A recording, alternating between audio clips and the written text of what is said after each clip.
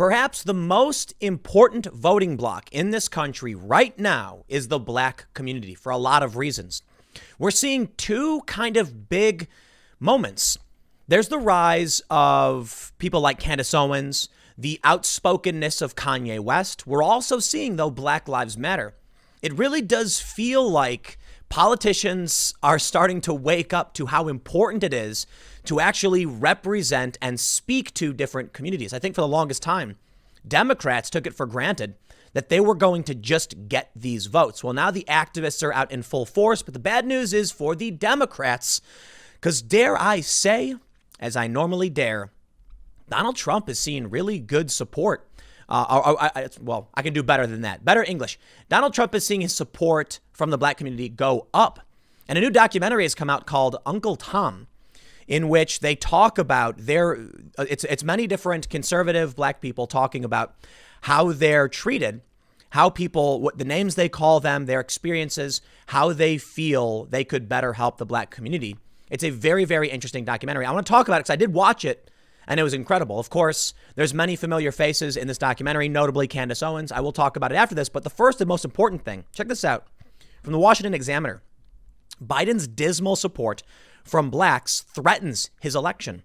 Democrats just take it for granted, man. And Kanye West, he dropped word bombs on the Democratic Party that they just assume that he owes them, that he was threatened, that his music career was threatened. They told him if you didn't do this, they would shut you down. And Kanye told them off. I have tremendous respect for that. You can criticize Kanye for the way he talks, for the things he says, for his behavior, all of those things. But there's one thing I will always respect, even among Antifa on the far left, when you stand up for yourself. All right. I may disagree with many things that Kanye says, or especially what the far left does. But outside of the violence, which I absolutely don't respect, when these Black Lives Matter activists, they go out in the street and they demand and they yell and they protest, it works. And I respect it because they're willing to stand up for what they believe in and take those risks. Now, the violent riots, that I condemn outright. To see people like Kanye, Candace, to see this documentary like Uncle Tom, I think it's I have tremendous respect for this as well. Standing up for what you believe in, man. I want to know what you think. I want to know what you feel. And that requires you being loud. Check out this story from the Washington Examiner. They say Biden's dismal support from blacks threatens his election. Former Vice President Joe Biden, dismal support from black voters, now confirmed in two polls, is likely to force his campaign to choose a black woman as his running mate to shore up the key group, according to a Democratic pollster. In the latest John Zogby Strategies and EMI Research Solutions poll, Biden has the support of 77% of black voters, while 14% back President Trump. GOP officials have told secrets that if Trump maintains that level of support from black people, he will win re-election. South Carolina Senator Tim Scott, a black Republican, said in February, game over if we get 14. Wow. In the last 20 years, only George W. Bush running for re-election in 2004 against John Kerry came close with 11% of the black vote. In 2016 against Hillary Clinton, Trump won 8% of the black vote. You know what? I want to talk about this, right? There's so much talk right now about Black Lives Matter, for instance. And you know what I think? You know what I really, really do think? I think the Republicans took it for granted they couldn't win it. And I think the Democrats took the black community for granted that they were guaranteed the vote from these people. Donald Trump, I think Donald Trump wanted to help the black community. I'm not going to pretend like Trump is perfect or anything like that. But you look at the events he's put on, you look at the things he's talked about, the record low unemployment. I think Donald Trump isn't approaching any of this like a traditional Republican. I think Trump was approaching this like, I am going to talk to as many people as possible and try and win over everybody. Unfortunately for him, he's going up against the media. The Democrats, taking it for granted, are now at a disadvantage. Even if it's just 14%, even if it's just a handful of high-profile personalities, Donald Trump, I think, is trying as hard as possible, and the Democrats took notice. We've talked about this before. I want to show you this tweet here from Rasmussen. This is from June 5th. It's out of date by a month, okay? But look at this. This was shocking to a lot of people. They say, black likely voters strong approval, 25%. Overall, Black likely voter approval of Trump is 41%. Now, what that means is that some somewhat approve, some strongly approve. And among black voters, they support Trump. This could be noise, okay? But we've now gotten, I think, 6? There were 3 polls before Rasmussen showing support for Trump in the black community was going up. And this, I think, is really, really important. I'm not going to pretend to know exactly what the black community needs. Not me at all. So I will absolutely defer to any of the activists, be it Black Lives Matter, be it, Blacksit or, Candace Owens' program and people, Terrence Williams, the Hodge twins. They know better than I do. I can tell you about my community. I can tell you about what it was like for me growing up on the South Side. I'll talk about that all day and night. But I think what we're seeing now is a reckoning in politics where politicians, I think it's Trump. I think Trump was like, I'm going to go and talk to these people and I'm going to try and see if I can help them out. And the Democrats, they didn't think he could do it. Well, now they're going to learn that lesson the hard way. And Biden, what did Tim Scott say? Game over if we get 14.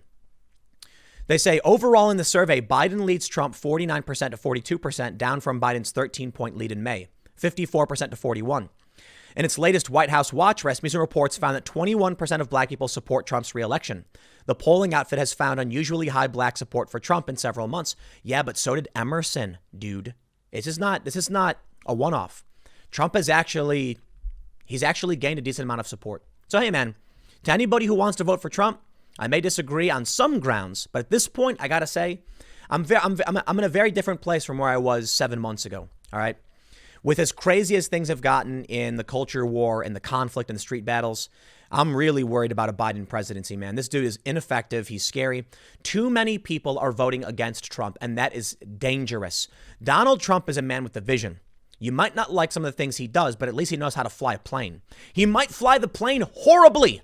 Trump's going, he's shaking around. He's like, he leans back. Who wants a barrel roll? And everyone's like, no. And then he does a barrel roll and everyone's screaming.